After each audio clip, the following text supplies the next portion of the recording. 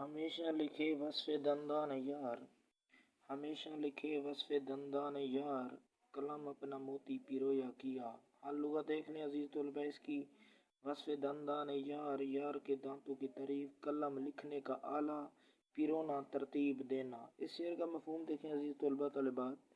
میں اپنے یار کی خوبصورت دانتوں کی تعریف میں اپنے قلم سے خوبصورت شاعری کرتا رہا جو خاص و عام کو پسند آئی۔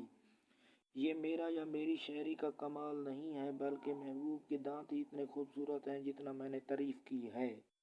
تشریح دیں گے اس شعر کو بیٹا۔ خواجہ حیدر علی آتش زبان دان شاعر تھے۔ آپ کی شاعری میں دبستان دلی اور دبستان لکھنؤ کا خوبصورت امتزاج پایا جاتا ہے۔ آپ کی شاعری میں دلی جذبات کو نہایت آسان طریقے سے بیان کیا گیا ہے۔ تشریحی ہزار شعر میں خواجہ حیدر علی آتش اپنے محبوب کے دانتوں کی تعریف کر کے اس کی چمک کو ہیروں کی چمک سے مشابہ قرار دیتے ہیں، یعنی تشبیہ دے رہے ہیں۔ علم بیان کے مطابق تشبیہ وہ شے ہے جس میں ایک چیز کو دوسری چیز کے مانند قرار دے کر دوسری شے کی خوبصورتی کو نمایاں کرنا مقصود ہوتا ہے۔ شاعر کہتے ہیں کہ محبوب کی 32 یعنی 32 دانتوں کی قطاریں دو ایسے ہیں گویا جیسے خوبصورت ہیروں کا ایک ہار ہو، تو سفید دانت میرے محبوب کے حسن میں جب وہ مسکراتا ہے تو اضافے کا باعث بنتے ہیں۔ حوالے کے اشعار دیکھیں۔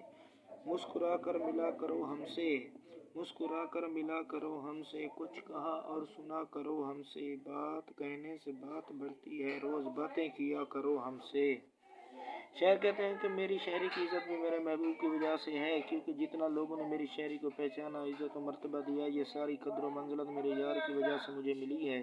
یار کی تعریف میں اور بھی اردو غزل کے کافی شعراء نے اپنے خیالات کا اظہار کیا ہے۔ جیسے ایک شاعر کہتے ہیں، حسن والوں کا احترام کرو، کچھ تو دنیا میں نیک کام کرو۔ المختصر شاعر کہہ رہے ہیں کہ میرے محبوب کی وجہ سے کی گئی شاعری میرے افتخار کو بڑھانے میں اہم ہے۔